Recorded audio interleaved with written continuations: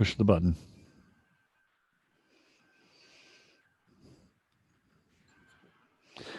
Hey, everybody, what's happening? Robert Phoenix here with our very good friends, the Crimis, from their beautiful garden in North Carolina. And sorry for the delay. I had an issue with getting power out to the backyard today. I had to work on that a little bit. You know, it's an interesting time with being able to be flexible and adaptable, mutable and not edible. My God, but editable, right? Being able to edit the space in a lot of ways. So we've got the nodal power couple in attendance. Right. We have Mr. Gemini, right. Steve Crimis, representing the sign of Gemini and the true node in Gemini. Steve Crimis, the Gemini. And then Miss Sagittarius, Chris, holding down that south node. Zipping up her lips right now. To the best of her ability. But it's wonderful to have you guys back. Welcome to the show today. Hey, thanks, Robert. Good to see you. Good to be here. Hello to all our friends out there and non-friends and whatever. Friends and enemies. we realized today that our ex-friends are now our enemies. Unfortunately, these lines of demarcation are getting very clear. Yeah, they're all done with wide felt tip markers now. So. Yeah, I mean, it's sort of like the Maginot sign of duality, you know, that it's really been very much put into action and put into place. And so, Steve, before I go off and start talking, which I normally do, I know you wanted to, bring something into the show today and do a different kind of sort of blessing and invocation. So why don't you go ahead and take charge of that? Yeah, I picked up this Native American flute a number of years ago, and it's actually, you can see it's actually really nicely done. Local flute maker with, I think there's like 5 or 6 different kinds of wood in here. But I don't know how to play it as a Native American flute, but I kind of play it like a shakuhachi. So bear that in mind. And I thought maybe, we've all had kind of an interesting morning and got up real early. That was a long morning.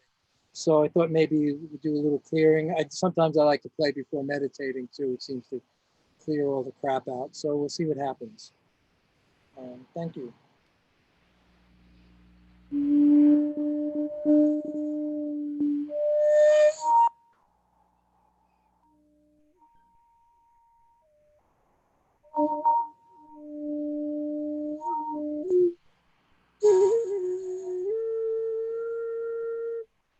Sorry for out of line.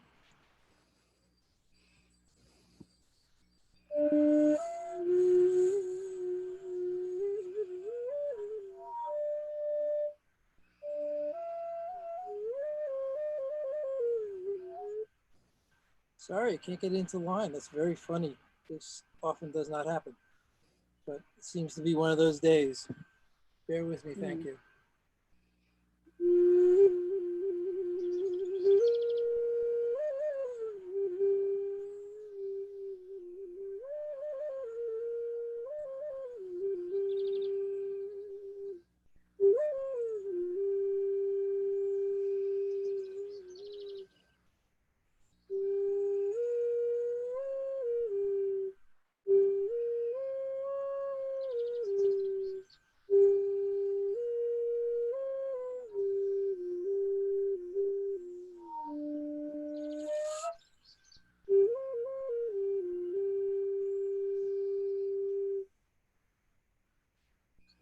There you go. You got it. That was lovely. That was lovely. So we've gone from sort of Steve and his blues harp to Steve blowing the shakuhachi. What other talents do you have that we're not keenly aware of? Yeah, I think we're kind of at the end of the end of the one-trick ponies that I've gathered in the stable. All right. Well, you got a month to work on something else. So you may want to cook something up. Hey, that was great. Thank you. Appreciate that. All right. It was really good. I do want to do something real quick here. I want to send our other Steve a link so that he can join us. Give me 1 second here. So he can join us towards the end and just drop in. And I forgot to send him the show link. So let me just do that right now.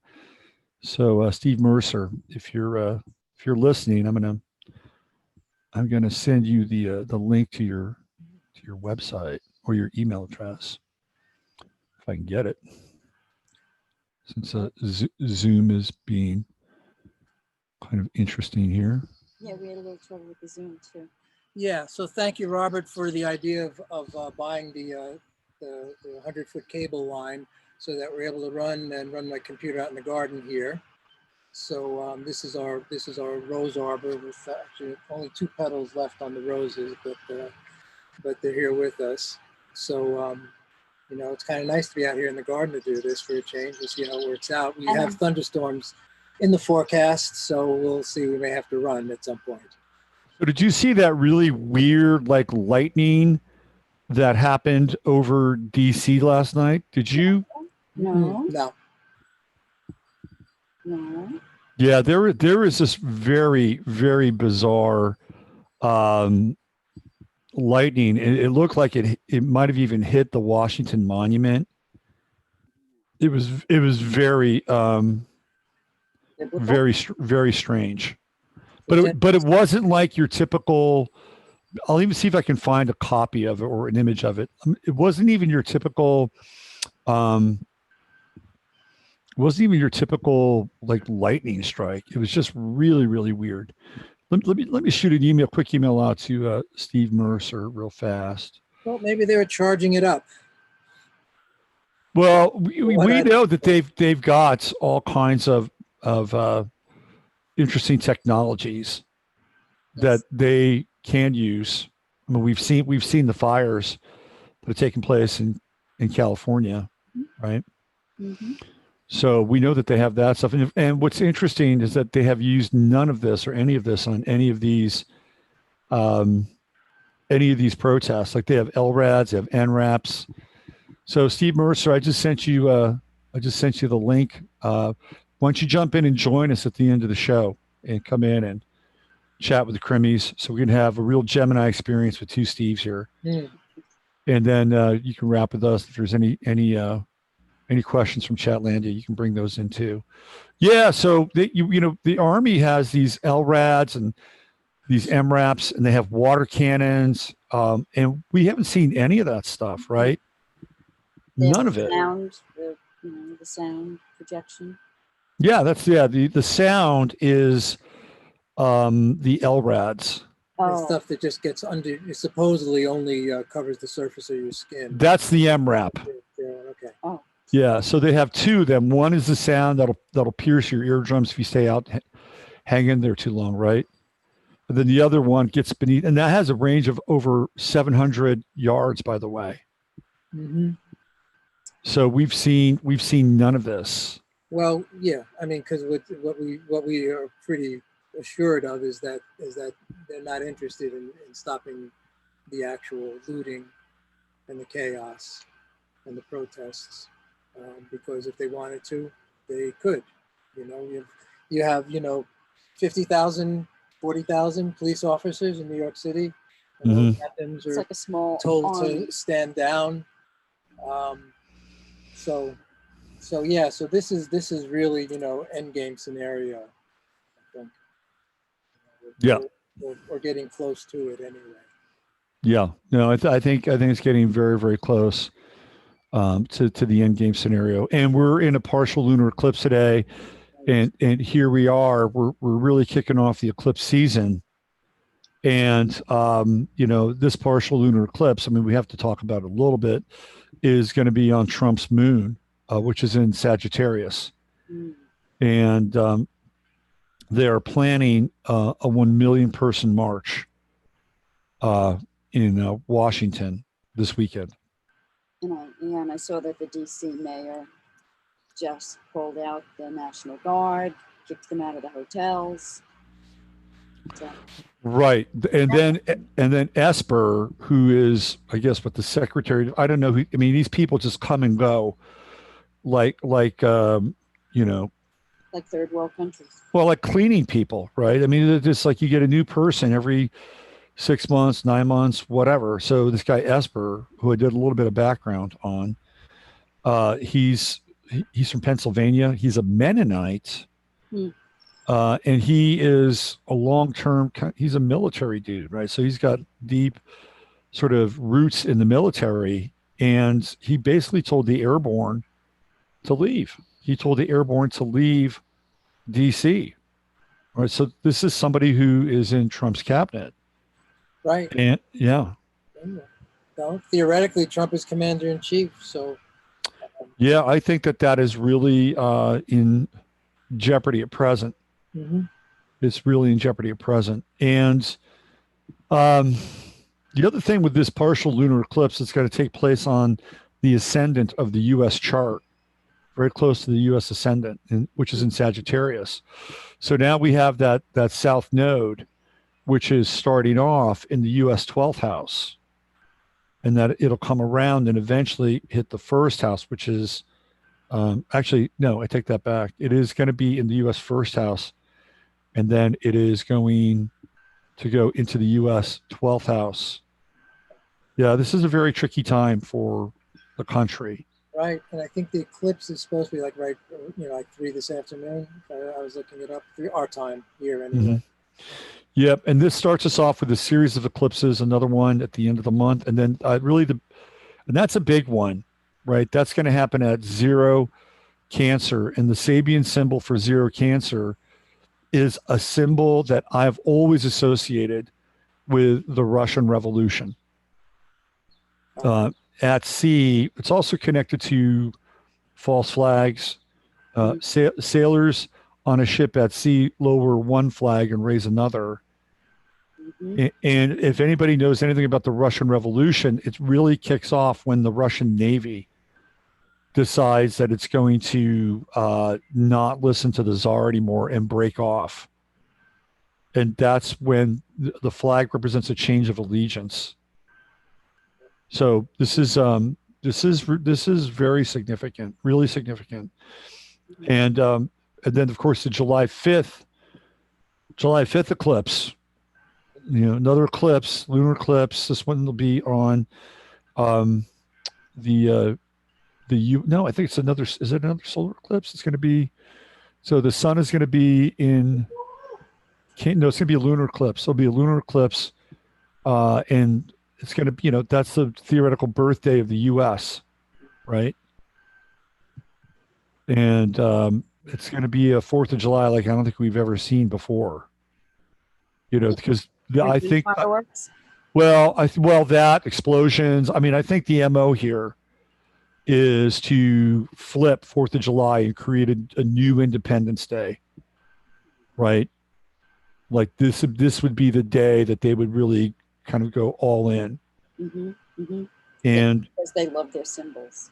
Right. And there's even an interesting kind of link between, the 4th of July and, this group called Antifa, right? So, I think the messaging and the symbolism will be anti-4th, right? Mm-hmm. Like Antifa, anti-4th. Mm-hmm, mm-hmm. Like, let's celebrate an anti-4th and let's, regain the independence of this country, right? So we're in a very critical window and phase here with what we're going through. And they are, the equivalent of the brown shirts. I don't know what the equivalent was in Russia, but I'm sure they had something with the name on it. But that's what I equate the Antifa with, and because everything is friggin' upside down, anti-fascist means that they're pro-fascist. Yep. Actively. Right. So this is going to be, I'd say the next 72 hours and leading into the July 4th phase and period, very critical times. Very critical times. Every day for the president and the country, whether you like him or not. You don't want to lose him this way. Yeah, I think if we make it to the end of this year with the country, it'd be like a huge plus at this point. Because, the last time we were with you, we talked about the fracturing, and it really, it feels like it's just, you can just see the line being. It really feels imminent. It very much feels imminent. Mhm. We are living in two separate countries right now, maybe more than two. Right. But I think we're living in two separate countries. Right. And we stand divided, we fall, and we are not united. We are not united. And this is a really, really critical phase because it's not just the United States, right? We're dealing with a global situation. Mhm. And if the script flips here, it's manifold. It flips pretty much everywhere. And there may be a few holdouts. Like, I don't know really what Russia's game is. I don't think anybody really knows what Russia's game is. No, didn't Putin just get another 16 years? Well, he was, I think he just set the machinery in motion to have the vote for him to be in power 16 years. Yeah. Wow. Yep. Yeah. But we don't know what their game is. And, I think that they're obviously, working. They're doing things that are kind of very Russia-like, right? They're working with Venezuela. They've got a working relationship with Iran. Clearly, they've got a relationship with Syria. I don't mind them having a relationship with any of those countries, by the way. Right? They're probably doing the right thing by actually having a relationship with those countries versus trying to insurrect and do a lot of these regime changes. And this is really the part that I struggle with a little bit. And it's because that we have been, as a country, deeply invested in these regime changes. Mhm. Now, the same people that did the regime changes are probably the same people that are operating and escalating this very same regime change. Well, and that's what Sibel Edmonds was talking about today. So I was just listening to her this morning, and she was saying how many countries she's lived in and how many coups she's lived through. And she worked for the FBI as a translator. And she went up against the system, spoke out, and paid dearly for that. Mm-hmm. And she said, I know what coups look like. I know the stages of the coups, and we have been through most of them. Mm-hmm. And what they're about to spring right now is to faction off a portion of the military. Mark my words. Yep. And that's what they'll do. And we just had Mad Dog Mattis up there, turning his back on the president. So, and then, that doesn't bode well. Well, yeah, and what generally happens with these things is that things get bad, and then we have to look for a savior, and so who is that going to be? Well, Biden really doesn't have. Well, part of me, I made a joke, but part of me says, well, it's like, is Biden just like playing like Mueller played during when he was in front of Congress, when he played, he was awful dumb when it was convenient to be dumb. So is Biden really playing Alzheimer's, and then he's going to all of a sudden come up clear as a bell and lead things, but he just doesn't have it really. So that's why Sibel was wondering, because you see Obama standing up and all of a sudden he's being Mr. Wonderful again right now, making speeches, and is he going to be the person that the military or some faction of the military in this takeover elevates to that position? And her postulation for coming to that conclusion in her mind is that he's a past president. He was already elected. So it's going to be easier to slip someone like him in. You're not bringing in a dark horse. So it's someone who has already... Well, I don't know. Could he actually be tabbed as vice president? I don't. Oh, we don't know. Technically, that came up once before. Technically, I don't think so, because at least the Constitution says the vice president has to have the exact same qualities. Conditions as the president, and since a president cannot be have more than 2 terms, that would technically disqualify him according to the Constitution. But who gives a flying fricassee about the Constitution anymore? Right. I mean, that's going out the window, right? I mean, that is going to go out the window, and if this thing flips, then they'll protest, and they'll just bang the drum that by not allowing somebody like Obama on the ticket, that it's inherently racist, right? It's inherently racist. Why are you doing this? Why won't you let this man be in office again? He already proved to be a very good president. Wouldn't it be in the best interest of the country to have him close by and all that stuff, right? I mean, and the way that the social pressure has been exerted now, there's not going to be anybody that's going to really say, well, it doesn't work that way. Well, and because I've been, I don't know, stunned is the right word anymore. But, I'm watching, there are protests here in Asheville. Asheville, we have a curfew. We actually had the National Guard is here on the rooftops during protests. But I'm watching what is essentially crowds of, white 20-year-old, kids in black, chanting Black Lives Matter over and over again. And, and it's besides this whole crazy virtue signaling about the whole thing, but it brings back to this, and obviously the racism under Obama, which everyone seems to not remember, was the worst ever. Or conveniently never noticed. But still, for these people who are, I mean, this is what's driving me nuts. Okay, I know I'm scatterbrained at the moment. I apologize. But one of the things that is driving me nuts is the ubiquity of the Black Lives Matter thing. Okay, so everywhere I go, so I download music from Bandcamp. So this weekend they're donating all their, all their funds to the NAACP, funds for getting people out of jail, that sort of thing.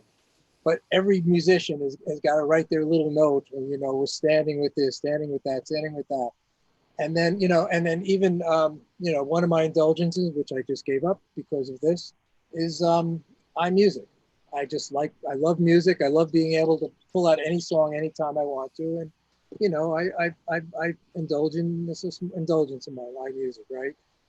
For 3 or 4 days, they locked down iMusic, and the only thing I could play other than my own library of music through iTunes was rap music. They had one station that they played.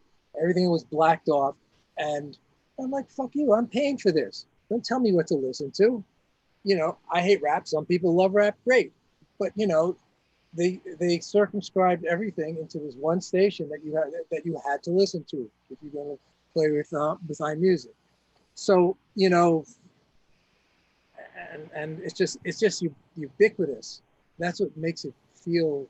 And maybe that's the part of the demoralization aspect of it. Yeah, I think that's a part of it, right? It's like you're not going to be able to go anywhere and, not have your attention be grabbed, not have your signal be grabbed by whatever's happening at a social level, right? And that ubiquity is there for a number of different reasons, right? So ubiquity converts into uniformity, right? I mean, if that's the message, and you see it spread across all these different platforms and all these different businesses and all these different services, it actually presents itself that this is the uniform message. That's what happens when you control the media.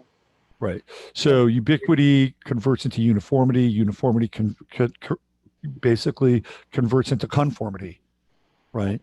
Because if you are not conforming to the uniform nature of the program or the uniform nature of the ideology, then you're outside of it. And that ultimately in the new world will not be tolerated. It will not be tolerated. Mm-hmm. So there are very clear demarcations now that say, if you're in, you're in. And if you're out, you're going to be way out, and it's going to be very out of bounds. So, yeah. So, that's the concern.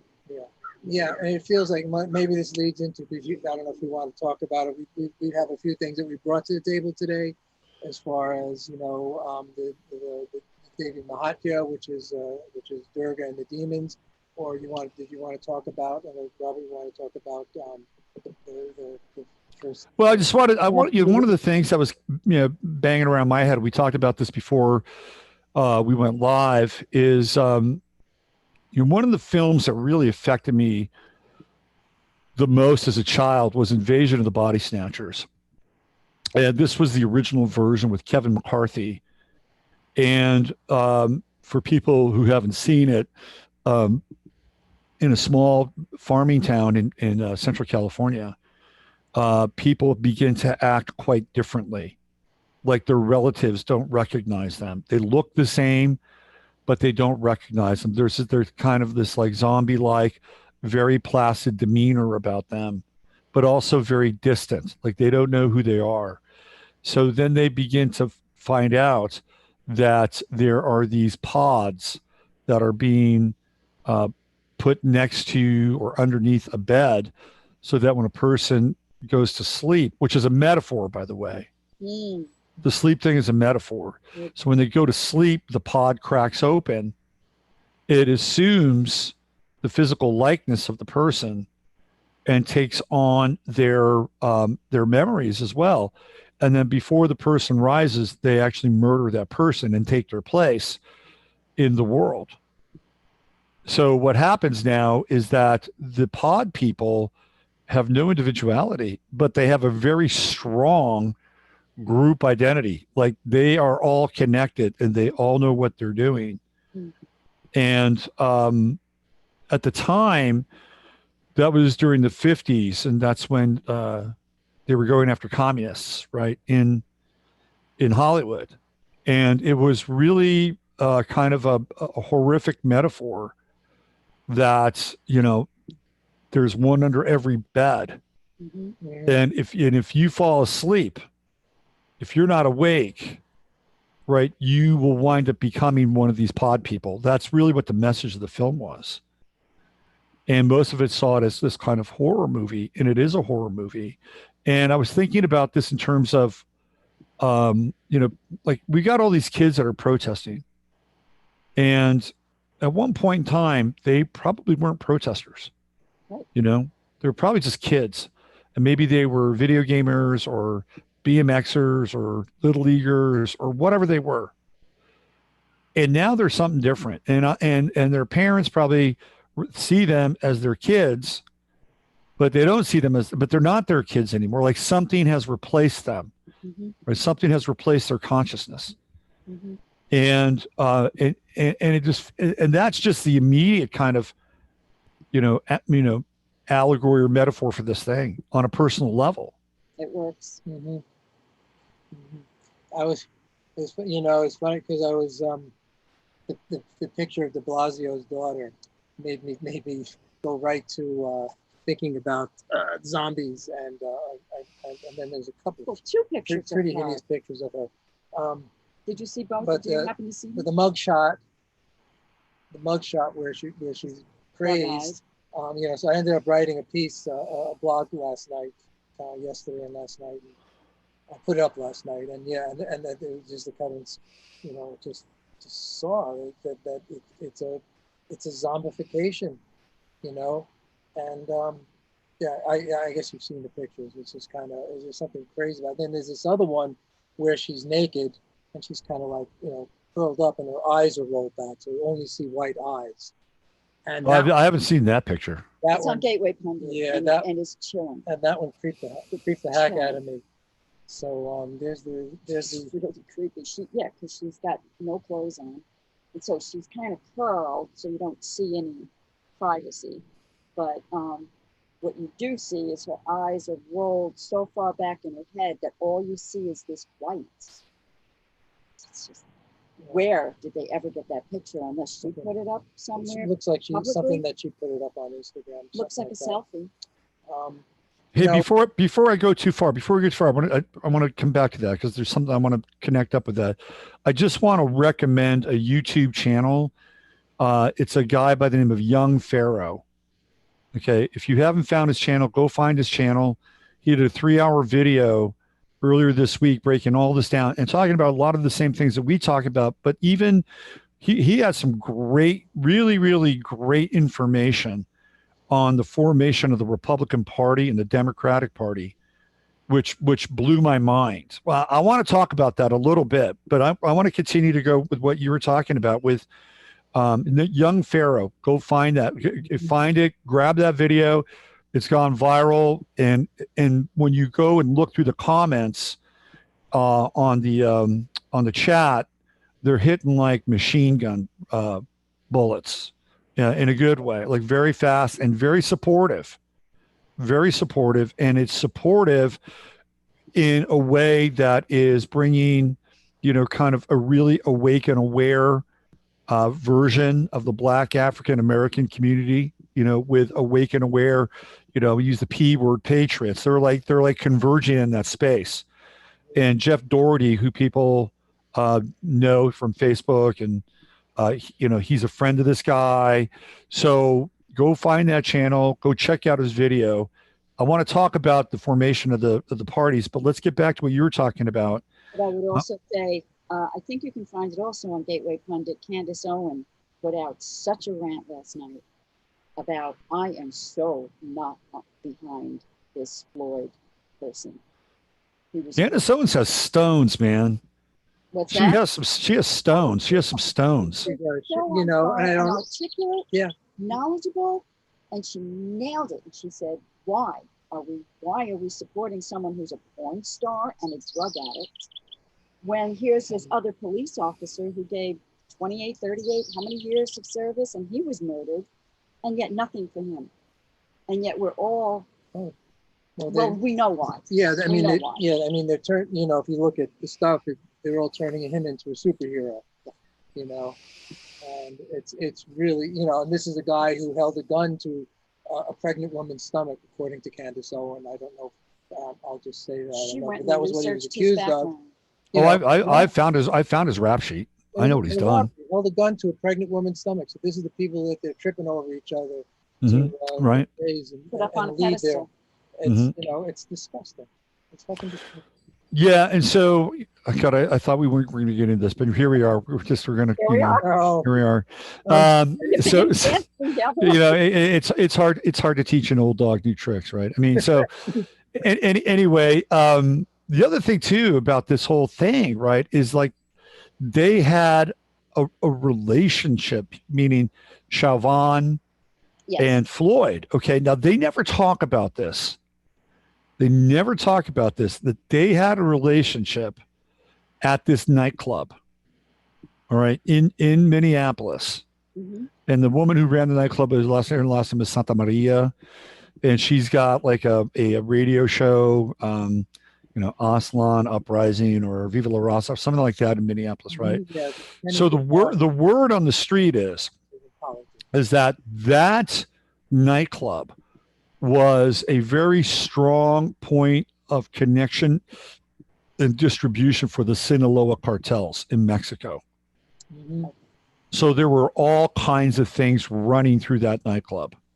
And that would drive with the CIA connection there too, probably.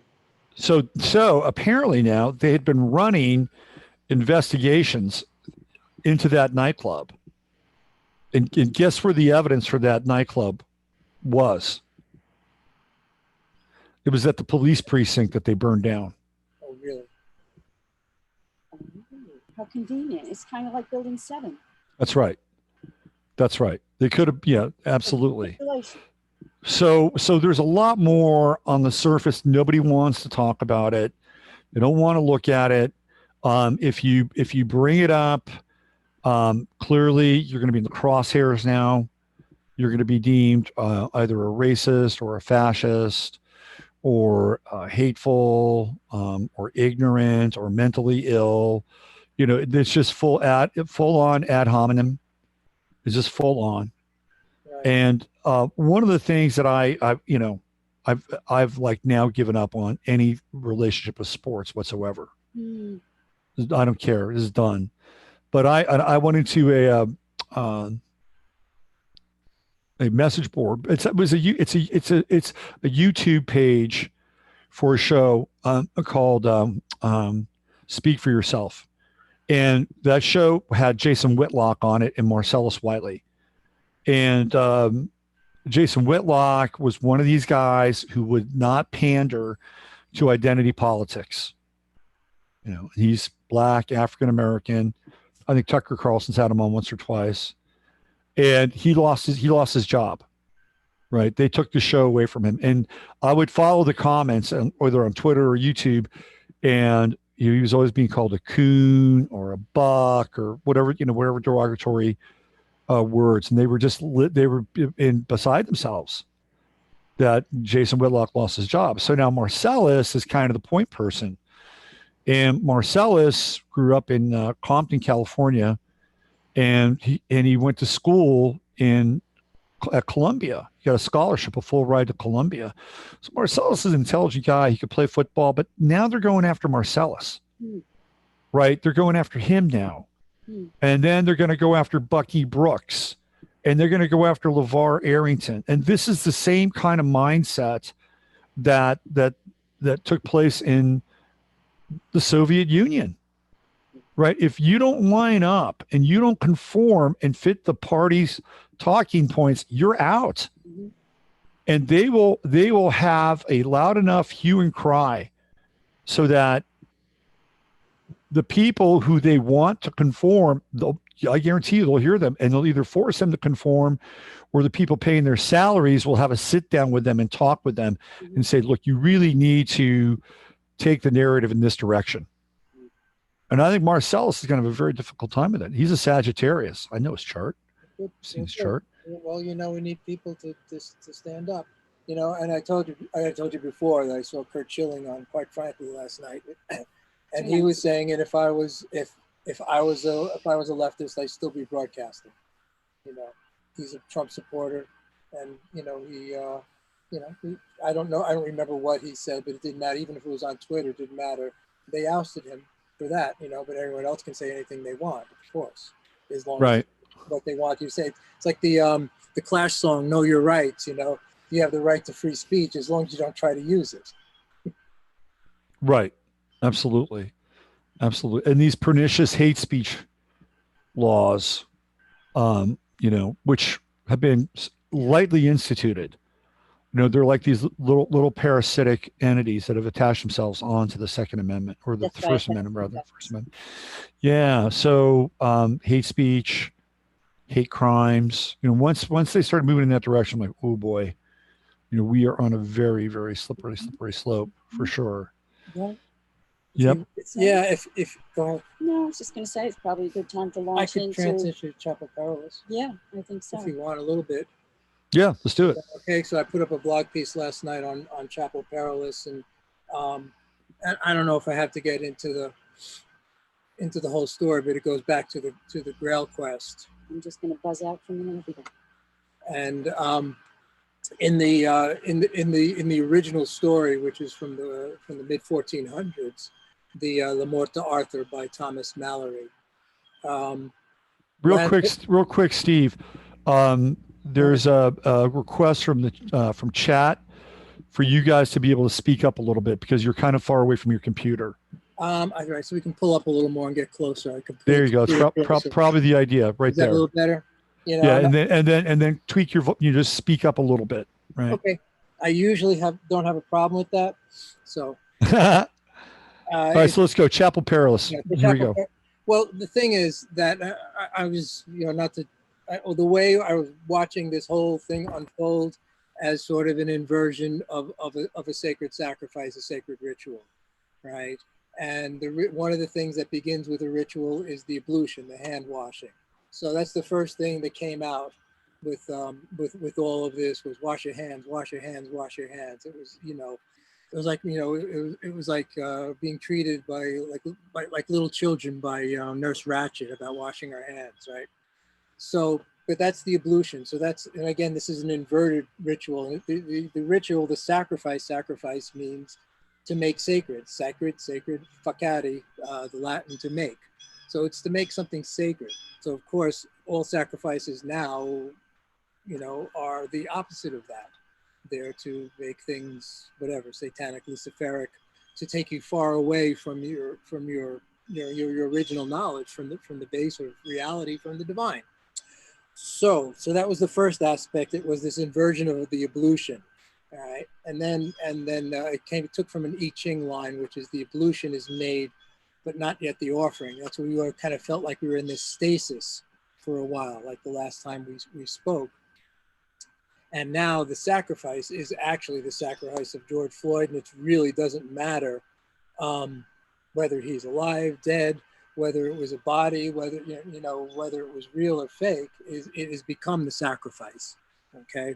So he's been the sacrifice to lead us down this particular dark path, and where we are completely and like everywhere now. So Chapel Perilous is a part of the quest. It's something you have to go through, and you have to bring the sword of reason, and I won't remember all of it now, but intuition, reason, your heart, and intuition to the chapel, or you're not going to get out. You're not even going to realize you're there, or you need to be there. And what happens to Lancelot is that he's sent to this chapel because someone says you need to get the sword and a piece of cloth from this corpse that's in the chapel, and to heal someone that the corpse fought and died from, but who's wounded. And there's this sorceress who is preventing this knight's wounds from healing. Her name is Heloise, right? So basically, Lancelot goes in. He finds Chapel Perilous. So he's on a quest, and the thing you have to have this certain amount of valor, and the valor means to stick with your truth and with your quest, right? So he's given instructions. He has to do this. He goes into the courtyard, and there are these 30 huge knights dressed in black, a foot tall, giants basically, with inverted shields. Yeah, and so he says, okay, well, me against 30, I have to stay true. So he takes his sword. He goes charging at them, and instead of a fight, they just disperse. They just disappear. Okay. He goes into the chapel, and he takes a piece of the cloth. The earth quakes. He grabs the sword. He comes out. They're the 30 knights again. They say, "Drop the sword." He says, "No, I'm not gonna drop the sword, and I ain't fighting with words. You want it? Take it." And so he goes, and again he runs through them, and they all disappear. So this again is relating to the illusions we create. These adversarial illusions that we create, that once we hold the truth, they just dissipate. So then he goes, and then the sorceress comes to him again, asks him to drop the sword. He won't. And to give him a kiss. And then she says, give just one kiss. And he says, "No, I'm not going to kiss you." And so she says, "Well, if you had kissed me, you would have died on the spot. But I love you so much," and I think love is really just like a strange attachment at this point. And I would have embalmed you and kept you in my home, in my manor, and I would have kissed you, and I forget the word now, but the word is like cuddle you every day, and the word was a euphemism basically for necrophilia at this point. So she would have just basically raped him continuously as a dead body. So this is what Lancelot. So this is what he avoids by sticking to the truth. All right, sticking to what is real and his quest and what he has to do. He leaves, and then this is the famous part. So he puts the sword. So this is the sword that actually caused the wound on this other knight, this other knight that had survived the battle, but he was still wounded. So he uses the cloth to wipe the wound. He uses the sword that caused the wound to heal the wound, touches the wound with it, and that knight heals instantly, and Lancelot's on his way to further adventures. So we've also been asked to move up and talk a little louder by the chat room. Oh. So anyway, that's the traditional Chapel Perilous. Okay. Robert Anton Wilson uses it a lot, but the feeling I have, and so it gets back to you talking about the Gemini. All right, because it's a hall of mirrors, it's a hall of illusion, it's a hall, but it's also it's also dualistically not only the place where you can fall to the lowest depths, where you can burst through and clear through your greatest illusions, or you could spend the rest of your life in the chapel wandering around. My contention is that the whole planet is chapel Perils right now, and that we're all really faced with this possibility. So this is the uplifting part. You know, this is the uplifting part. So we all actually have this possibility to move through the illusions. Now, is it going to happen? You know, what's the likelihood of that? But it's ubiquitous now. We just talked a little bit about the ubiquity of the situation, right? It's everywhere we look. So that's kind of what I wrote about in this thing. And I just wanted to bring that. That's one thing I wanted to bring to the table today, that we are all in Chapel Perilous. We all have the opportunity to clear through these illusions by just picking up the sword and going straight through them. And it's more and more clear every day that if you acquiesce to Heloise, hell, that you will be forever fucked. You will be forever, for all eternity, under the guise of loving you. And it goes back to Jordan Fultz talking about Munchausen by proxy, where you have the toxic mother who is loving you. She'll kill you in order to show how much she loves you. And that's what this whole thing is also pointing to. But you have to hold true to your truth. And if you don't, why would you even want to live? Yeah. Why would you even want to? That's not living. Right. So that's right. The Sagittarian code. And that's the card they play. That's the card they play. And in Sanskrit, there's a word called abhinavesha, and it means clinging to life. And it's a klesha, which is an affliction. And that is found even in the wise. Abhinavesha, klesha. And that's the card they play over and over and over, because it's so primal that even the wise hold this clinging to life. But that's how they got away with the whole virus fraud, is that people are so afraid to die. And Sibel Edmonds was talking this morning. You have to be willing to stand up and say, I will die for my country. That's what she said. That's true. That's true. You have to be willing to do that, because otherwise, if you don't, you will be the living dead yourself. That's right. Is that what you want? Yeah. You want to be the star in the night of the living dead? Right. I don't. Right. Yeah, right.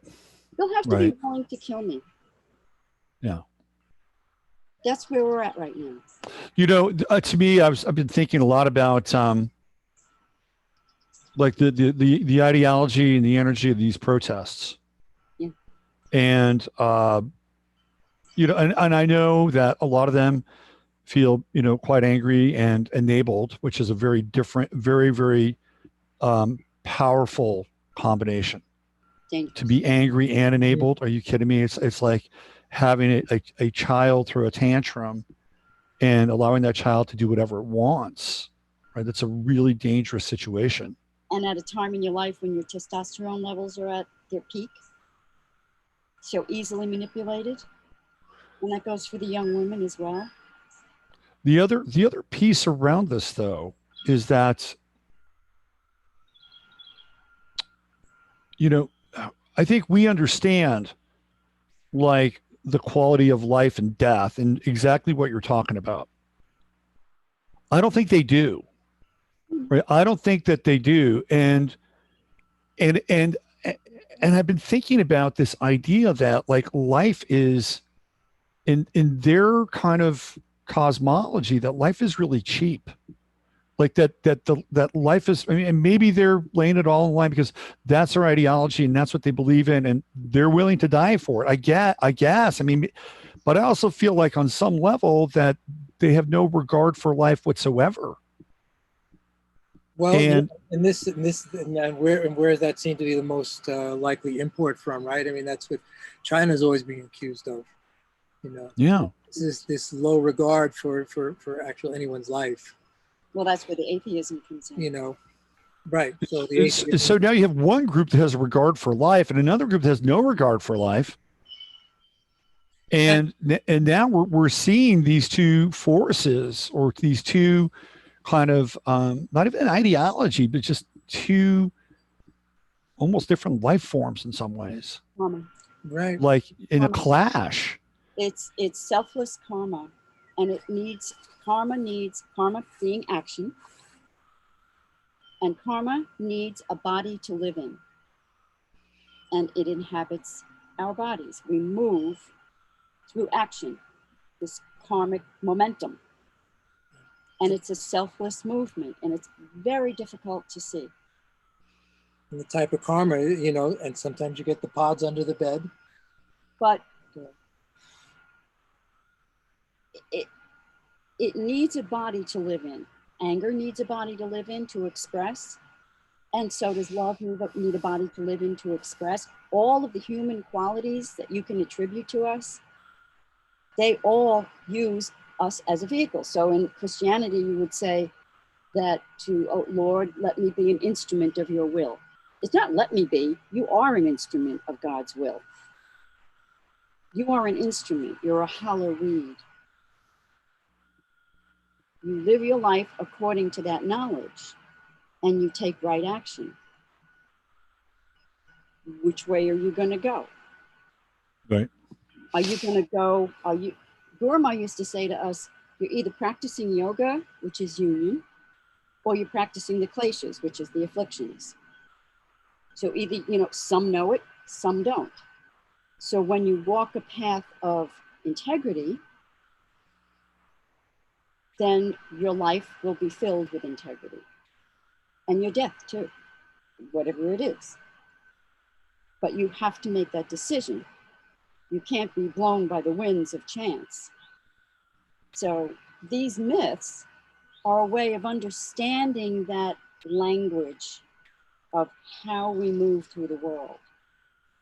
How do we become constantly, in each moment by moment by moment, we are constantly being reborn and dying. Years ago, I wrote a poem talking about how we are constantly dying so that we can live. This is a process that is ongoing, and we kind of muddle through unaware of it. But each breath that you take has to die so that the next breath can come in. Each moment has to die so that the next breath can come in. And you need to live your life in that selfless way, but always walking toward that path of integrity, or on it. Yeah. So I kind of went away from Chapel Perilous. Well, no, I think I was kind of done with you know, with that take. But I think that goes right along with it. Yeah. Yes, Yeah. These myths talk about that in different language. So in medieval England, that was the language that those people could access to understand those truths. In India, there's a different story of Durga and the goddess Kali. And there are myriad stories. It's like the hero with 1,000 faces. Right? Every culture has their different religion and their different expression and their different myths and their stories, which are guideposts for the people of those lands. The Native Americans had theirs, the Tibetans had theirs, we have ours. And we live through stories. That's why when you want to dominate or destroy a people, you remove them from their land and you stop them from speaking their language. You rob them of their culture. Take away their stories. Done. Take away their stories. Takes one generation, right? Yeah. Or replace those stories with crap. Well, yeah. Right? Yeah. You know. So. No, all right. Maybe to finish. Yeah. So to finish the personal relevance to the Chapel Perilous was that earlier this week. So we didn't have right now we have a curfew, and even though the county commissioners voted 4 Democrats versus 3 Republicans to mandate everyone in an indoor public space wear a mask. Okay, so any store, theoretically, the county is requiring you to wear a mask. And and we've been not going to supermarkets as much as we can, but we need to take a trip to the supermarket and go to Lowe's, pick up a couple of things. So we're thinking to ourselves, well, so I'm working this up in my head, that there are going to be people at the door. It's going to be a thing, and I had built it up with this, The 30 nights in black. with these thought forms that there are going to be 30 nights in black at the at the door to the Chapel Perils supermarket. And, so we get there, grab our bags, we walk through the door, nobody gave a shit, but the thing is the willingness to face what you have to face in one way or the other, wherever it leads. Just a willingness to face, even on that small level, and that was like the last time we felt good. We came home. We were like, geez, no one cared. It was great. It was like you went to the store, bought your stuff, and left. It was such a relief. I think we had gotten ourselves a little bit worked up about what are we going to have to. Are we going to be challenged? Right. So the illusions are your own. The thought forms are your own, and everything is really that way, And so these are the kind of lessons that we're being forced into now, which is a good thing. And to go back to the Tibetan model, you have to realize that the reason they have the Tibetan Book of the Dead, where the soul goes through the different bardos, is a lesson for this life. This is a bardo. Yeah. It operates on those same laws and principles, that it's all a projection of your mind. Because that's the admonition to the person going through the bardos in the afterlife. Don't be looking at those bright lights over there. Just that's all a projection of your mind. Just stay true to the path, right? Right. And that's why that is repeated over and over and over while you're living. That Tibetan Book of the Dead is a guidebook to life and death. Yep, absolutely. So as a bardo. Continuing on with some of the more ancient and esoteric examples of living and navigating, you guys brought some other material to the table today as well. Right. So there is a myth that comes out of India, and you wanted to talk about the Bhagavad Gita too. No, I don't have to talk about the Gita. We can insert if we need to. Okay. But most people have heard of Kali, who is the goddess of destruction, and her pre-form is Durga, Durga. We actually happen to have Durga here with Durga us. just happened to make a what happened? No? Oh, Robert's putting it up. Okay. I don't know. Is this visible or? Oh yeah, definitely. Okay, so I think that's the last image we wanted to see, right? So they're reversed. Oh, are they? Okay. Yeah. So let me go. So now that I know the sequence, then. Yeah. Well, we apologize. We usually like to get you the pictures early, but we did get, and this is great. We actually got an Airbnb guests, so they just. But the thing is, we get an Airbnb guest, but we only find the morning that they're coming. Yeah, so we it's get to scramble. We're getting like no setup time allowed. Okay. There you go. Oh, very good. So this is Durga.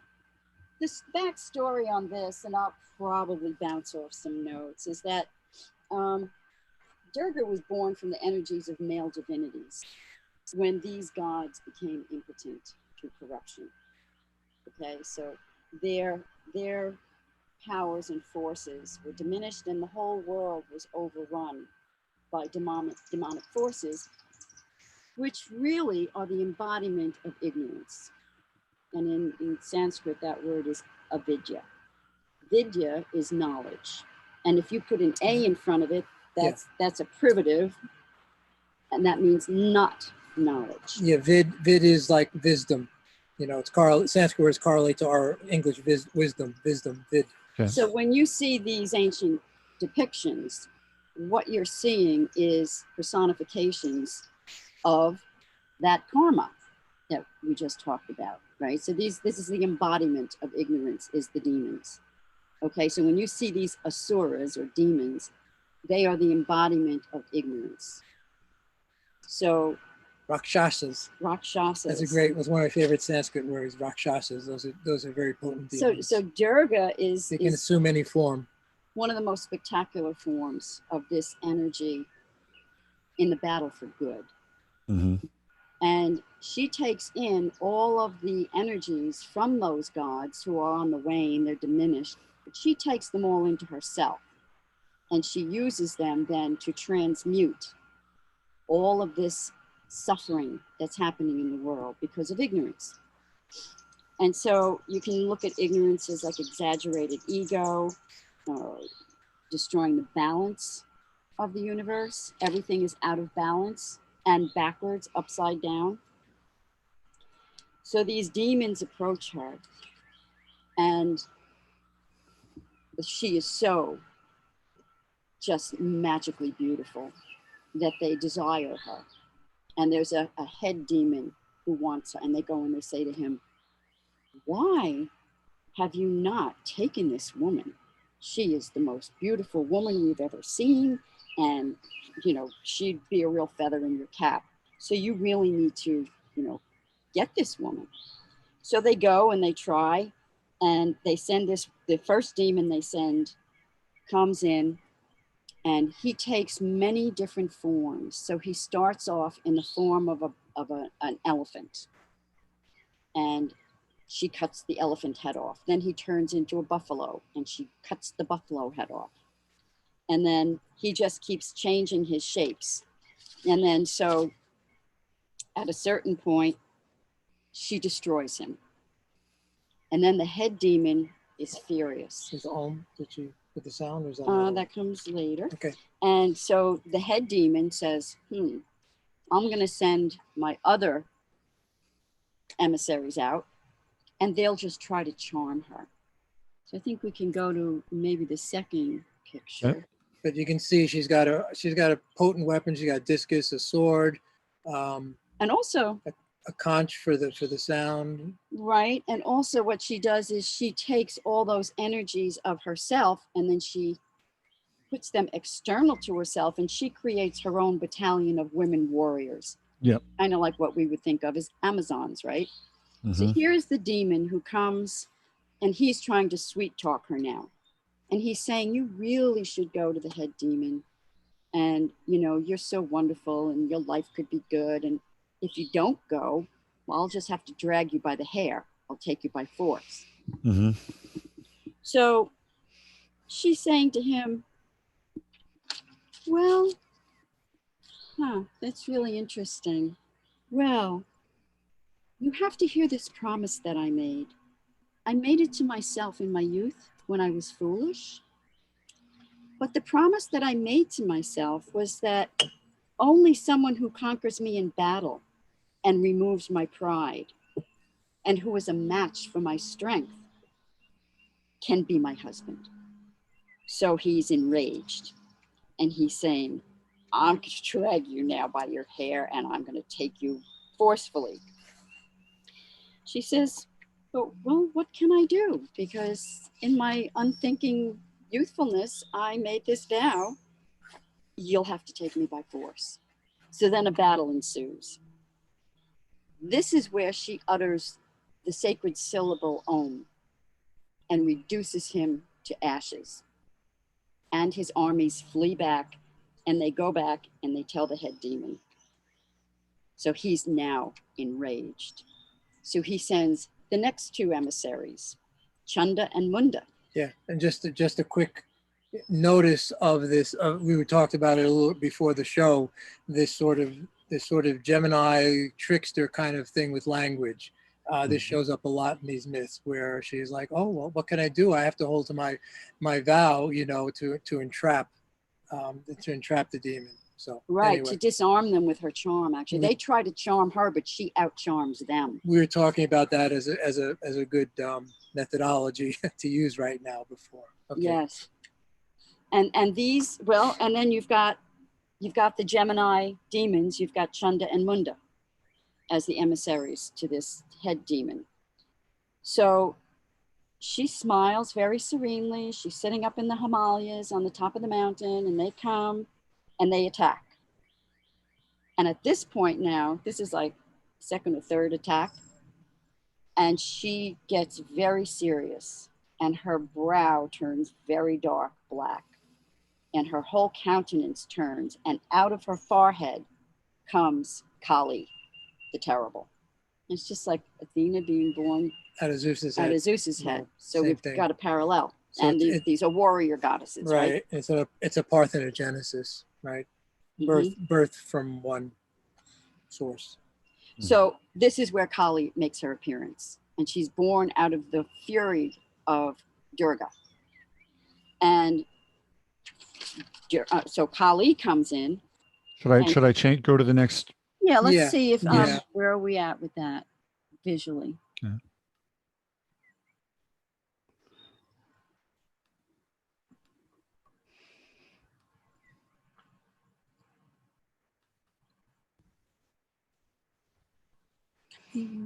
Looks like it's a battle. It's a battle royal, as they say. I can read as you're Or as the looking. Irish would say, is this a private fight or can I join Can in? anybody join? Okay, so on the top in green, you've got Chunda and Munda fighting Durga. And then later will come Kali in the next So maybe the next picture. painting. Yeah. So Okay. while you're looking for that, I'll just read a little bit. Isn't this Kali here, right here? No, That's another. There's just it's various. another form of Durga. Anytime you see someone riding the lion, that's Durga. Okay. Durga. Okay. So I'm going to talk a little bit about Kali. Armed with a sword and a noose, holding a skull-topped staff, skull garlanded, wrapped in a tiger skin, emaciated. Oh, this is, okay, so this is the earlier version with The buffalo. the buffalo losing his head and the, Mhm. that's still Durga. So go one more again, let's see. Yep. Wide-mouthed, lolling-tongued. And this is a very important feature of Kali is her tongue. Huge Very long, lolling tongue. Makes Gene Simmons look like, With deep sunken eyes. nothing. Kali filled the skies with her roar. This is still a demon battle. Okay, go to the next one. Laughing A lot of terribly. battling demons here. Yeah, I Yes. think those are actually in the beginning. Laughing terribly, she devoured the demon army, flinging the elephants into her mouth, along with their riders, crunching up the chariots and horses with her teeth, crushing others with her feet. There she is. There she is. Striking with her sword and beating with her staff until the army was laid low. Kali, roaring frightfully, her sharp teeth gleaming, laughed with intense rage. Mounting her great lion, she rushed at Chunda and seized him by the hair, severed his head with her sword. With the Who is this being right here? Where are you? The black being? Yeah. That's Kali. Oh, that's Kali. Oh. That's Kali, Kali. Now- with the huge So Durga is riding on her tiger, and Kali has now been externalized I see. and is standing next to Durga. Right. And these are all her terrible forms. So Uh-huh. she's got the skulls around her neck and the tiger skin around her hips, Right. and she's emaciated. Kali carrying the heads of Chunda and Munda goes to Devi Durga. Durga tells Kali she would be known by the name Chamunda because she has destroyed these two demons, Chunda and Munda. Now, the last part of the battle, and I don't have pictures for this, is when the big demon himself comes to just take charge. Okay, these guys messed it up. I'm going to take care of it myself. And what she does with him is she destroys him with the syllable Om. So she rings her bell, the lion roars, and his name is Raktabija. And what happens with Raktabija is every time that he is struck with a sword and bleeds, every drop of his blood springs up a new demon for the battle. And that's what we see today. So every time that these forces of ignorance that would take us down to a very unproductive path, let's say, Every time we think that we've made some inroads, no, every drop of their blood springs up new problems. And Kali's solution to that, with that big long tongue that she has, is to take each drop of that blood and lick it up and take it into herself and transmute it. So she is death itself. In the Bhagavad Gita, it talks about Krishna talks about his aspect as time. And he says, time am I, grown mature, engaged here in fetching back the worlds. So time itself is constantly devouring everything. Nothing lasts forever. So even time itself will take these karmas down, this ignorance down. And you take it in and you transmute it is what you do. To fight it on its own terms is to exacerbate the problem. We can't go up against all this darkness that we're against right now in this world. We can't take it on in that way. We can't meet them on the battleground on their terms. We have to take it in and transmute it and breathe out healthy. So we take in the darkness, we transmute it, and we breathe out goodness, health, happiness, productivity, and a higher spiritual vision. The word in Sanskrit for time is kala, K-A-L-A, and Kali is kind of the feminine version of that word. So kala is where we would get like calendar, that sort of word. Oh, interesting. So in the end, she pierces him with the dart and kills him. And that's the end. That's where it ends. The gods rejoice. And she makes a vow to always come back again whenever there's a need for her to clean up the ignorance in the world. Just like in the Bhagavad Gita. Right. Krishna makes the same vow. Whenever there's a lack of dharma, I incarnate. And I will come back. Whenever there is ad dharma in the world, which is a lack of dharma, I come back. And I will have a renewal. There will be a renewal after this. You have to have, it's even like you can use the gardening example. In the garden, it's not always summer, it's not always spring. You have fall and you have winter. Oh yeah, we are in the winter phase right now. Yeah, right. But this is the fourth turning, right? This is the fourth turning. Right. And there's always a spring that comes after that dark period. And that is the dark period. The winter is the dark. And there's always the bringing back of the light. So I just thought that some people might find that interesting.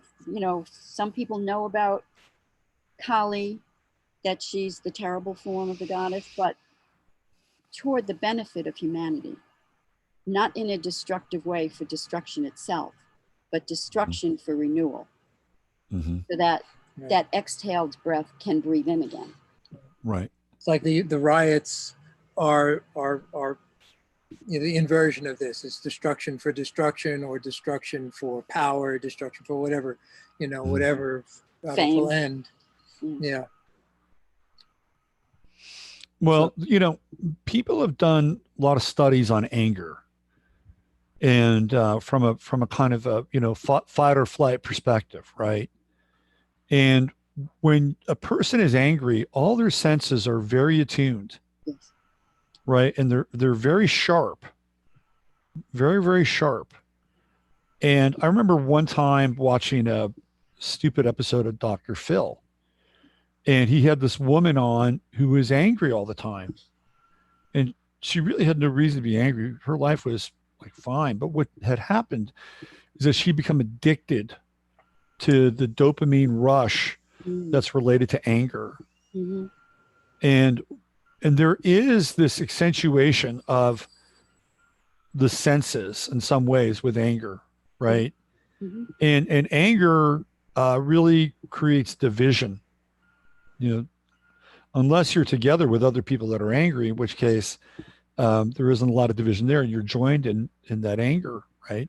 Well, there's usually somebody on the other side of that too, but yes. Yeah, that's right. Yeah. Oh, absolutely. So anger, and I'm not afraid of anger. Like anger is something you have to work through, but it also can be a very addictive state Mm-hmm. that people get hooked on, right?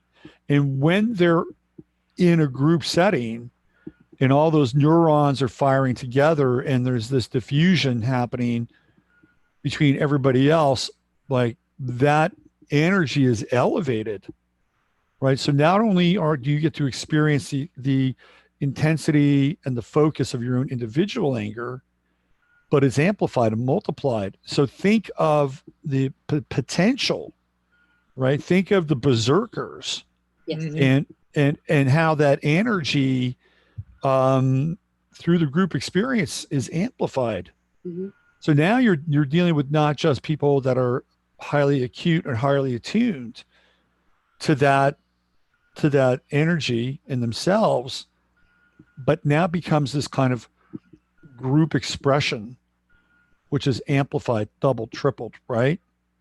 And it becomes a very, very powerful force. The anger of the mob is a very powerful force. Mm-hmm. And in most cases, they're dealing with people that aren't angry at all. Right. And in some ways, they're dealing with people now that are in fear of the potential anger. Right. Right. So this is a very delicate, very, very delicate situation. So I think that the two possibilities that you deal with that is you either got to get angry in and over the top of that anger, which is quite angry, by the way. And it takes a lot of people to get there. Mm-hmm. Or you've got to go to other place where you have to go through the fear, and it's just this kind of vibration of pure love and truth, right? And then like the Buddha who is assaulted by thousands of demons, right? And what does he do? And those demons are angry. I mean, they want to devour him. So what does the Buddha do? He's in a state and lets it go. But you got to get to that state. You can't fake that state. You cannot. Can't fake that state. You got this goes back to your point, Chris, where you got to be willing to die. Right? You got to be willing to die if you go to that level. Yeah. What has to die is the ego. The ego has to die. It's an ego death. Mm-hmm. That comes first. That has to happen. If your ego is, and that's what these demons represent, is the ego completely out of control. It's been let out of the corral and it's run amok. Yep. Right? Oh yeah. So rein that ego back in. The ego has a role it plays. It gets us through our day-to-day life. It gets us to the grocery store and back, and Mm-hmm. but it is not who you are. It's a usurper. Mm-hmm. It is not truth itself. It's a fiction. And it's a constant vigil to see that in action in your own life. I'm always saying, I mean, I can speak a good game, but I'm not really good at that. But at least I have that. I know I can go back. Well, I think it's a good explanation of it. Steve brings a question in from the chat room. And the question is there good and bad ego? I have an idea about that. I'm going to let you guys answer that question first. I think that's what we just said. I was going to go into is a little bit in the yoga, the traditional yoga system, right? We'll just say there's two separate things. One is called asmita. Asmi is means I am in Sanskrit. Ta means ness. So it's I amness. So that's considered an affliction, right? So that means that you are the one who's doing everything. Everything's on you. Or, it's the traditional kind of ego that's an affliction that takes credit for everything. Most people who write and do art and things like just feel like things come through them, right? Maybe, and then later maybe you take claim for it, and that's the ego. But in the act of doing something, in the act of playing basketball, or something like that, you're not thinking about, I'm going to pass to this guy or it's just happening, right? Right. So, but then there's something called the ahamkara. Aham is the word for I or ego in Sanskrit. Kara, back to just like karma, means to make or do. So the I maker. So in other words, you need, in other words, like in chapter 11, the Bhagavad Gita, Arjuna has a vision, but he loses all sense of direction. You know, this could be, you know, like a blowout samadhi experience, where you are so unified with everything, you can't tell the difference between yourself and other, right? So that's a complete ego death. But in order to navigate this world, so there's two things. So there's the unit of experience, and then there's navigating the world. You have to have a sense of perspective in order to navigate the world. You can't cross a room unless you think there's a room to cross, right? Unless you realize the room is over there, you can't go over there. I mean, it's an actual function of our navigational body. And in the Upanishads, is that where it says who propped apart the four worlds, the four directions? I think it's in the Vedas. In the Vedas, who made the directions? You know, so there's that I maker, that ahamkara gives you space and time to play out the karma in. So it's a container that you can play out, that life gets played out. You take that you out of there, but that life gets played out in. And then we claim it as us being the doer. We're not the doer. We're the vehicle for the action to take place through. We are the instrument of God's will. Not my will, but thine. Right, that's Paul, right? Yeah, so as far as like good and bad, you know, there's just really, like I said, there's you know, the worst to me is this, and the hardest one that I've had to try to overcome is called the spiritual ego.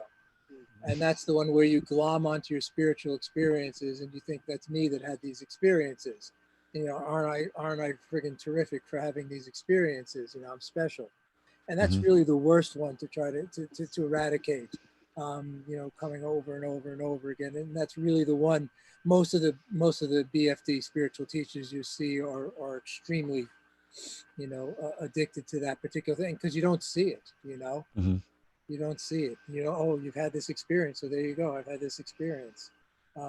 You know, that's why somebody like Gurdjieff was always chasing disciples away after they could be doing 20 years. And then if it reached a point of attachment, he would send them away, you know, in spite of the fact that they were doing great things for him and they were very, you know, useful to his work. So, are there any other comments? Thanks for the question. Well, yeah, I mean, if you know, I'd like to chime in a little bit with that, if I may. Thanks. You know, from an astrological perspective, the first house in the ascendant represents a form of the ego, right? That's what we move into the world with every day. And, you know, through that, we bring experiences to us, you know, into our lives. And that's what the ego brings. It brings experience. And then, you know, we get an opportunity to learn from that experience. So in that regard, ego can be neutral to some extent, right? Because it's just a part of the things that we want or the things that we desire, which are very much a reflection of our persona. So to that extent, I think it's kind of neutral. Now, on the other hand, there is something that when we learn about a desire or something that's out of balance, then we learn the ego, the lesson around the ego, right? We get hit with the ego lesson. It's like, oh shit, you know, this was out of balance. You know, what did I do? How did I attract this? You know, why did I bring this into my life? And then you get to course correct it so that you don't bring that experience into your life again. Well, that's what self examination is for, and contemplation. So in that sense, the ego becomes a teacher. And there's a lot of really kind of rampant, what's the word I'm looking for? Broadcasting about narcissism, right? Like narcissism seems to be a very kind of vogue in the moment. Very trendy. We noticed. Yeah, sort of thing now. And people will like to talk about narcissism and they like to point the finger at narcissists, and this person was a narcissist and had to deal with a narcissist, right? Then narcissism and ego are very much connected. in a lot of ways. And, and I think there is a healthy ego and there's also a healthy narcissism as well, right? You can have a healthy ego if you're motivated by certain things that ultimately are in service to others, right? Narcissism that's out of control is something that just takes and never gives.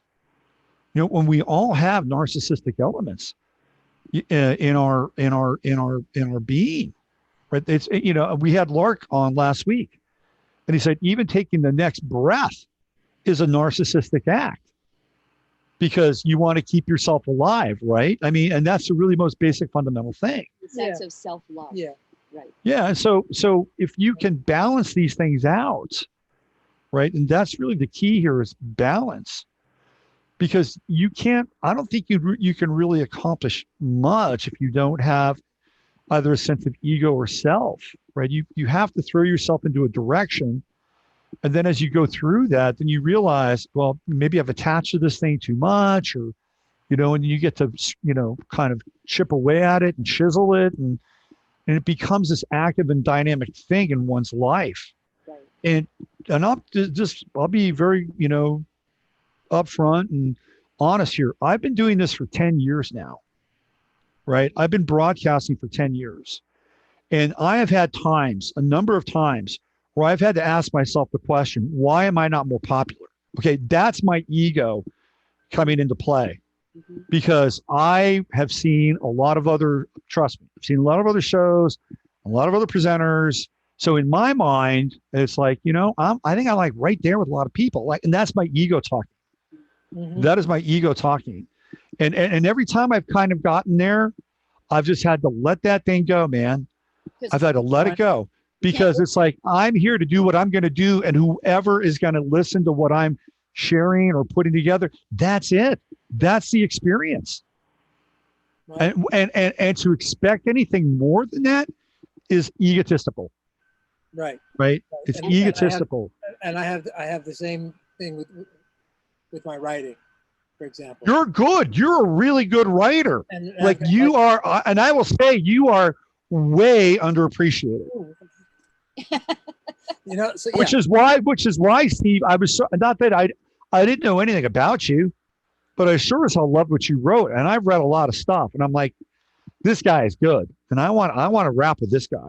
So, yeah. But to just get back to what you were saying, because that goes back to the lessons of the Bhagavad Gita again, is you act two ways.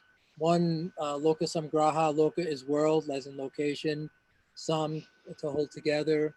Loka samgraha, graha means to grasp, so to hold the world together. In other words, you're holding the vision together, you act that way, and you do not act looking for the fruits of your action. Those are two of the basic lessons of the Gita. Like you said, when you're looking for the fruits of the actions, there's suffering.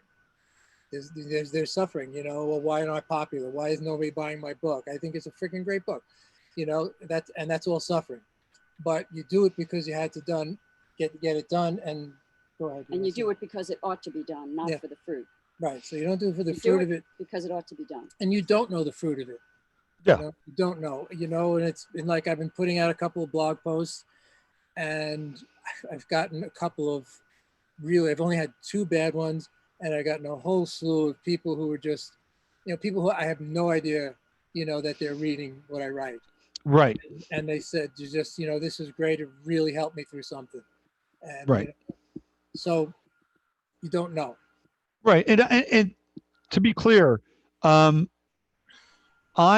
do get emails from people and they say, thank you. And really appreciate what you do. And really, I mean, for me, that's enough, right? I never wanted to do what I'm doing to get rich. I've never really desired to be rich in my life, ostentatiously rich, live a comfortable life, have some resources, right? That would be cool with me, right? Mm-hmm. So when I get those emails, it's like, I mean, they're very meaningful, very, very meaningful. Yeah. That's a state of santosha. Yeah. Contentment. We're doing our dharma the best we can. Right. There's another line in the Gita. It's better to do your own dharma poorly than someone else's dharma well. I love that. What's really interesting is we just got a question. Steve brought in a question from Kestrel from Fifth Wall. And the question is, I always want to ask everyone, how do you remain strong in spirit during these times? I think you kind of touched on it a little bit. Everybody's got a dharma. Yeah, holding to your dharma, and then you have to find, things that reinforce that. Like we said, for us, it's ancient texts. For some people, it might be something else, But for us, it's it's finding these stories, the myths that reinforce the way we're trying to live in this space. The word that comes to mind is remembrance. By remembering who you are, and in the end of the Bhagavad Gita, Krishna says, I will reincarnate myself again and again in times of adharma. I will come again and again into the world. So you have to make the effort to return to your center. And that's why, you're always saying to people, get back to meditation, get to a quiet place, get to a prayerful place, start with a prayer, end with a prayer. But if you always come back to your center, it's a practice of remembrance. Mm-hmm. You have to remember your core, who you really are, mm-hmm. and who you're not. Literally remember, put back together. One other thing I wanted to say was talking about getting out of balance and the ego and needing the ego and good ego, bad ego. There are 3 qualities that comprise and run through the fabric of everything in life. In Sanskrit, they're called gunas. Means attributes. Mm-hmm. Attributes or qualities. Mm-hmm. Sattva, Rajas, and Tamas. So Sattva is knowledge and high ideal and high, just pure, clear, clean, crisp, ease. Lightness. Rajas is movement, passion.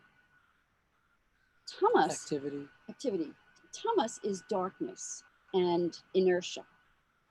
And the initial impulse when you're a new student is to say, well, I want to stay away from tamas, from the inertia. And I want to go, I want to stay up in the high realms. But what you really want to aim for is balancing off those 3 gunas. Mm-hmm. Because you need all 3 of them. If you push any one of them away, you end up as the Rakshasas did, and you're in a state of ignorant imbalance. So if you push away the darkness, and the heaviness and the inertia, you need heaviness and inertia in a hammer to build a house. Mm-hmm. That's one way of looking at it. You need the weight of gravity to keep you from floating up and away. You need all 3. Don't make the mistake of thinking that you have to be in Hallmark heaven all the time. Mm-hmm. That's wrong thinking. What you're looking for is balance and equanimity, so that when the waters do get rough, you are able to rebalance and come back to your center because you know it, because you've been there. You made it a practice to be in balance. You're always going to go off kilter, and that's just why we're here, I guess. It's just like, that's the deal. The trick is remembrance. Remember to come back into balance. Yep. Yeah, I just want to share a real quick story, and then we're going to bring Steve Mercer on and kind of wrap things up. And it has to do with remembrance and balance. Because yesterday I went to local place, go pick up a couple shovels and some soil and stuff. So I wanted to go to Ace Hardware, and I normally don't. I usually go. Did not want to go to Walmart at all. So I drove down to Tractor Supply, and I got these 2 shovels, and I got a bag of organic soil. And the bag was cheaply made and was coming apart. Mm-hmm. And the guy who is at the counter, running the counter, his name was Easy. His last name is, it said Easy on his badge. And he's this Mexican dude, and apparently lives right down the street from me. And without any prompting or anything at all, he got around from the counter and saw that my bag was, loose, right? And he decided he wanted to tape it up and make sure that I wasn't going to spill the soil. And like, he didn't have to do that, right? Right. And I thought to myself, this is a good person, but this is a person that really cares, right? And so, and I did something I don't normally do. He wanted to know if I wanted to sign up for their rewards thing, which whatever. And I thought, maybe, just maybe, by me signing up for this thing, he might get some kind of a point or something, right? So I signed up for it, and then I brought my wallet out, and it's blue. And he goes, "Oh, I have a wallet just like that." And he brings out his blue wallet, right? And I'm like, "Oh, now we've got like," and then he saw my address. He goes, "Oh, I live right down the street from you." Oh, sweet. So now we start having this dialogue. And he says, "Oh, yeah, I live in the apartment complex where that plane crashed 2 years ago." And he says, I got video of it. You want to see it?" I'm like, "Okay, why not?" So he gets out his cell phone. And this is the weirdest thing. Like 2 years ago, there was this plane. I think it might have been around Memorial Day. And this plane that was a vintage aircraft was being flown. It was like the Monday of Memorial Day. I think I remember. It was, yeah, it was flying, and something happened to the pilot. He was a 90-year-old guy, and he had somebody on there with him. And those old planes, they didn't sit side by side; they were front to back. That's right. And I think the guy flying had a heart attack. Oh. And all of a sudden, the plane went right down, and it hit this apartment complex not far from me. And he showed me. He got there after the fact. He showed me the video on his phone of the wreckage. And it was really kind of wild because it hit nobody. It hit nobody. And it caused very little damage. Like, part of the fuselage was up against these two cars that had minor damage. And there was nothing left of the two guys. There was nothing left of them. I saw the remnants, right?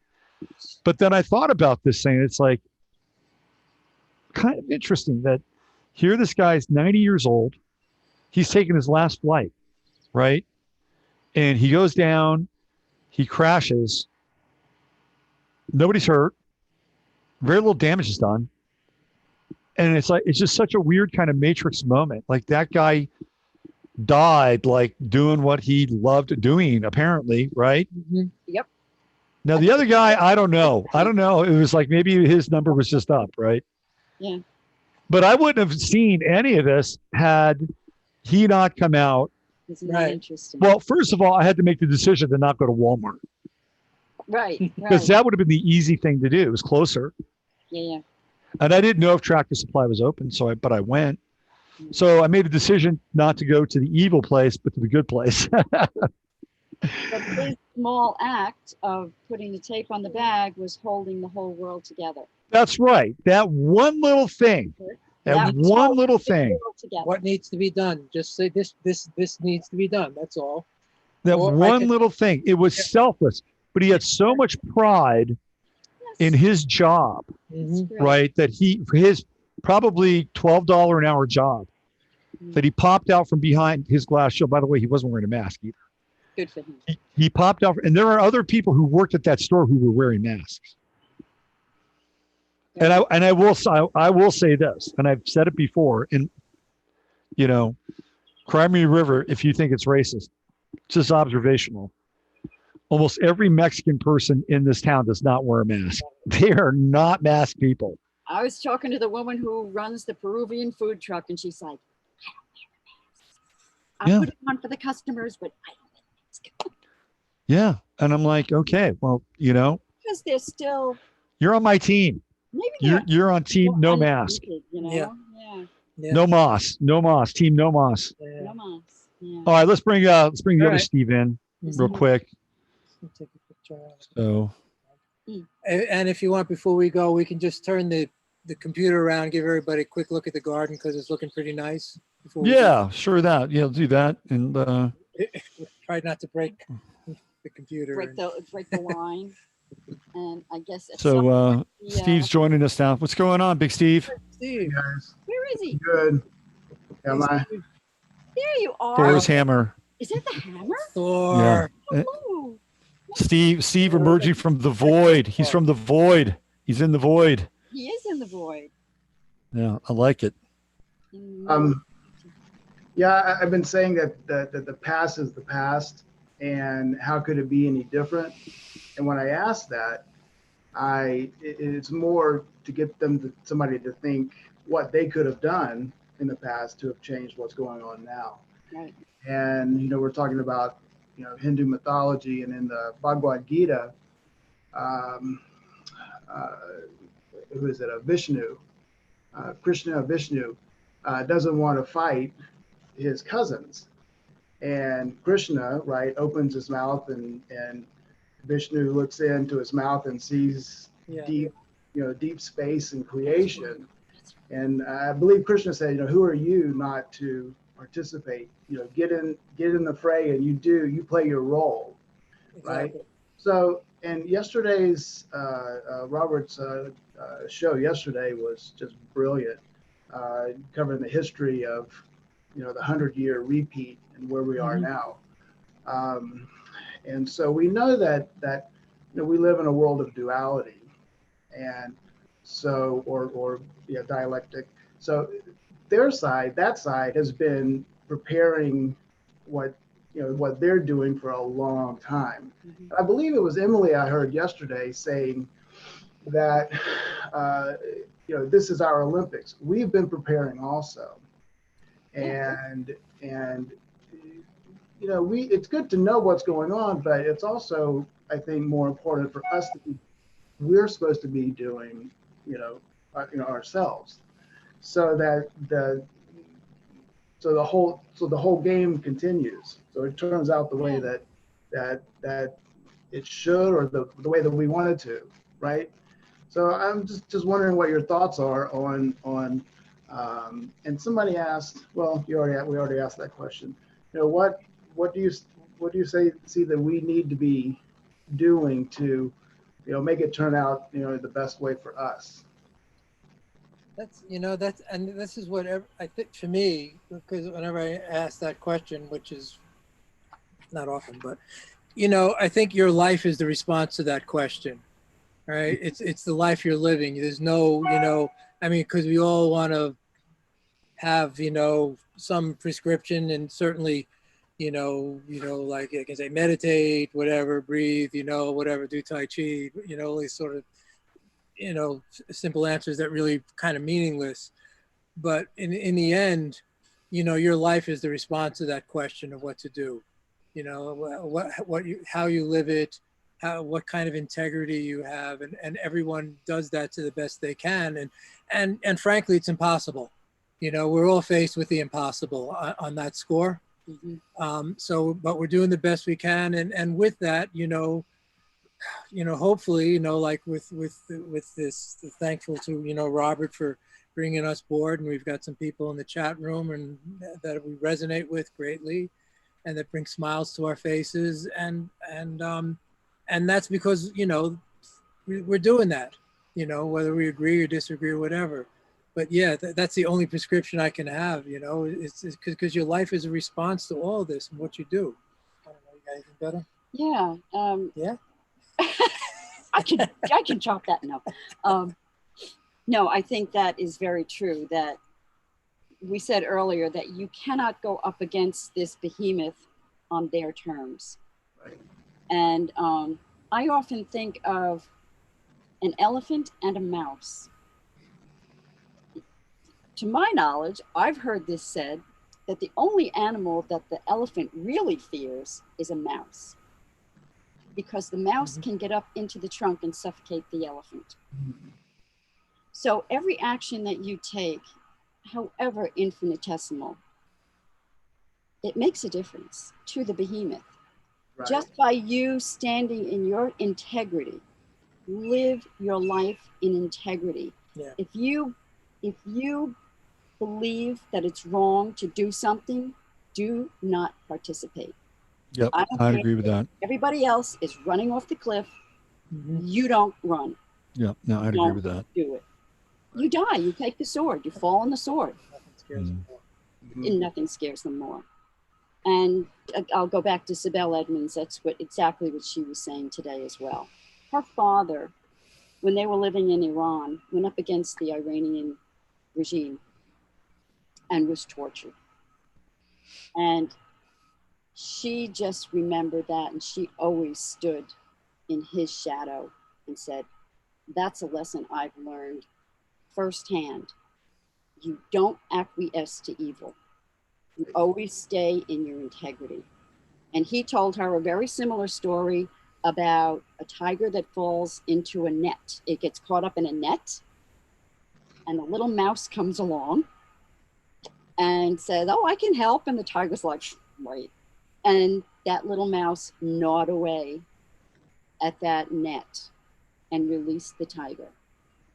So you have to see that there's always a balance, and it seems like asymmetrical warfare.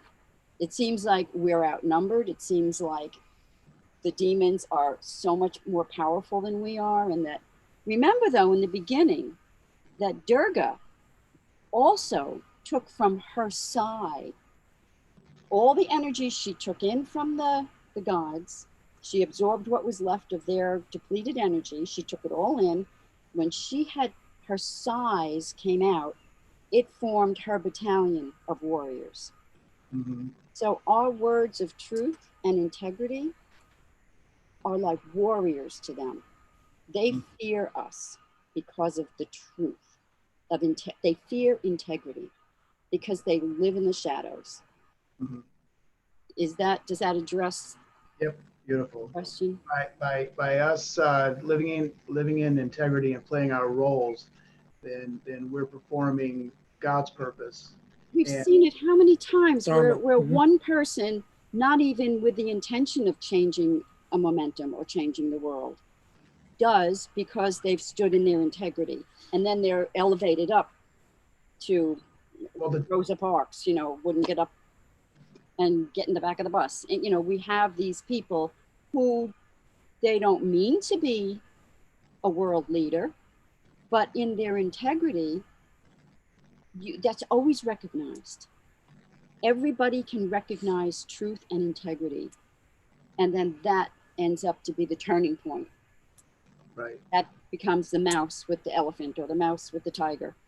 What comes to mind is Tiananmen Square and the Chinaman in front of the tank. I'm sure that when that guy got up in the morning, he didn't plan on standing in front of a tank. Yeah. And right? and even if they What's that? He couldn't help himself. There you go. Yeah, and it was selfless. And even if whatever happened, because I think they certainly that they caught up with him later. That fact is that one image gave so many people hope. Yeah. So you don't know.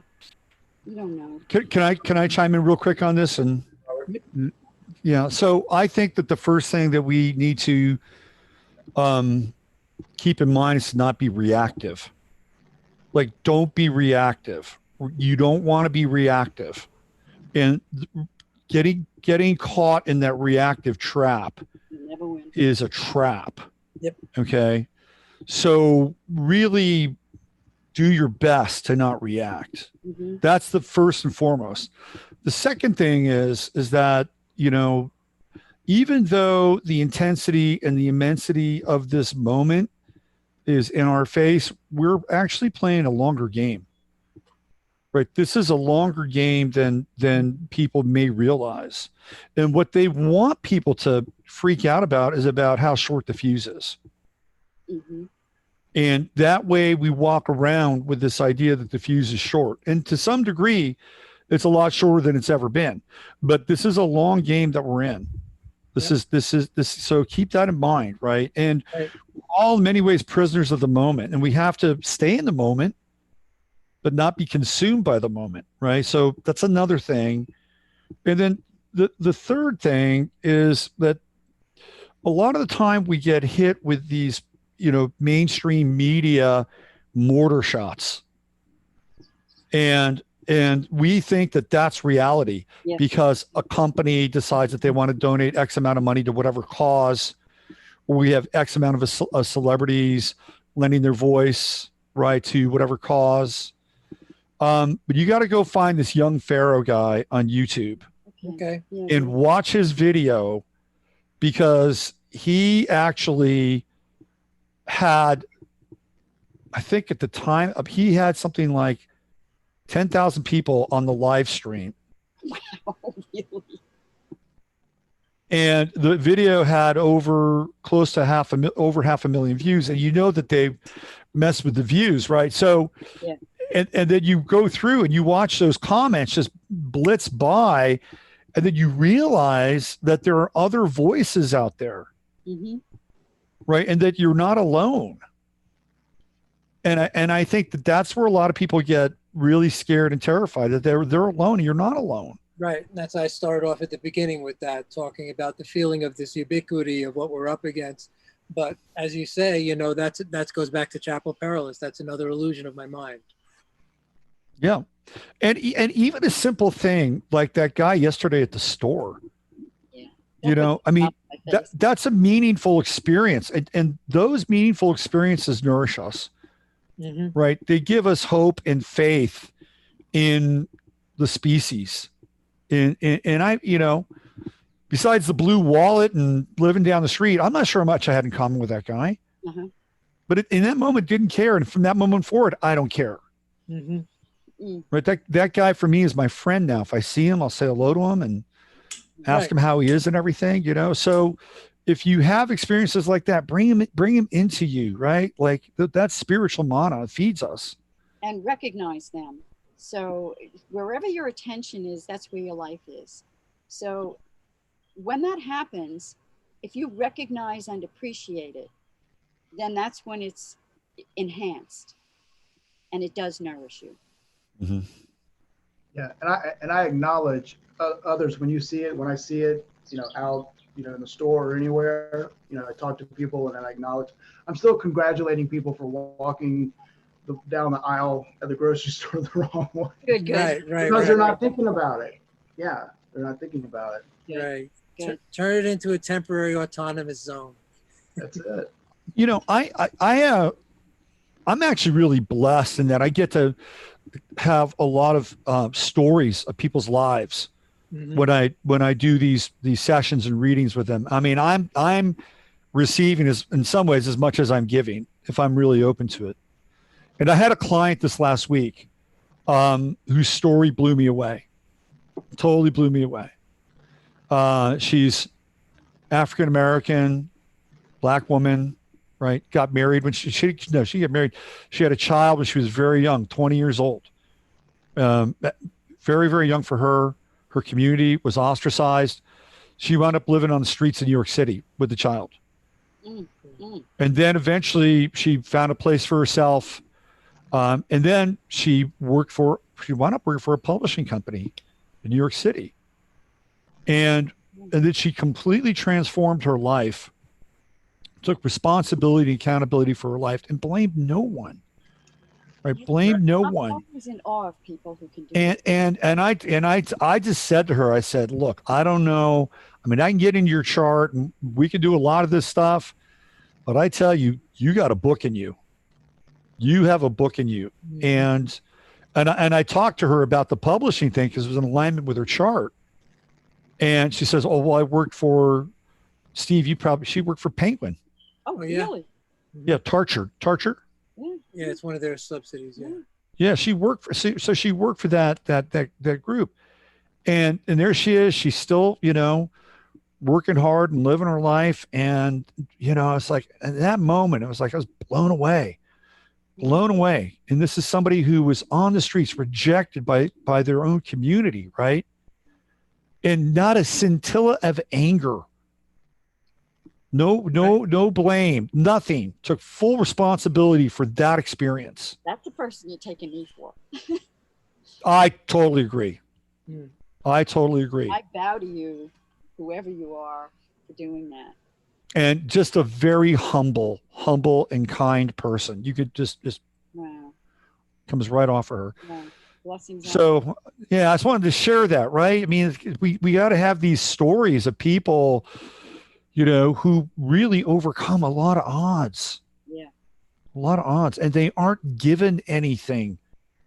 There's no kind of emotional extortion going on. Well, and then if you're given something all the time, then you're robbed of that muscle that you need to Absolutely. be creative and to live in the world. Our guest Absolutely. just showed up. I guess that's time, huh? Yeah. Steve, you got anything really quick you want to say before we sign off here? Maybe one thing in an upside down world, and when everything seems perverted, if you could just turn it around, we're close. Everybody knows that we should love each other, and again, we're from everything we've been through, in the last couple of decades especially, we're much more mature and ready to take this on now. And like the mystic, you don't have to fight this at the same level and with a lot of force.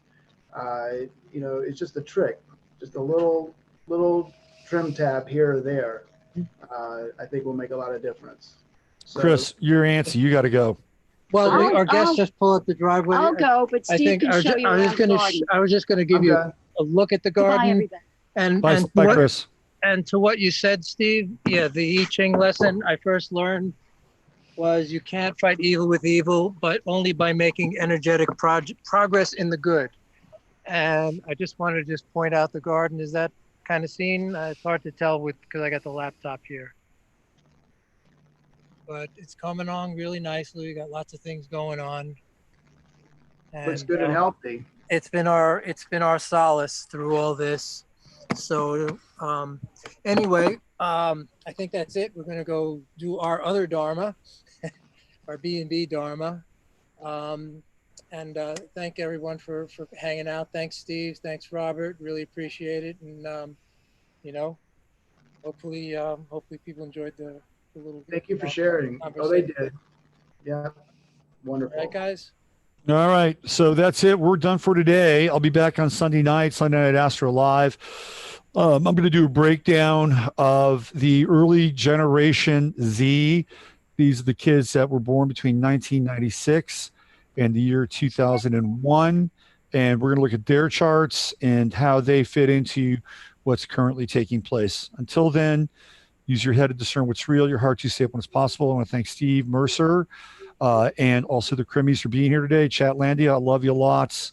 And that's it for today. See you on Sunday night. Bye for now.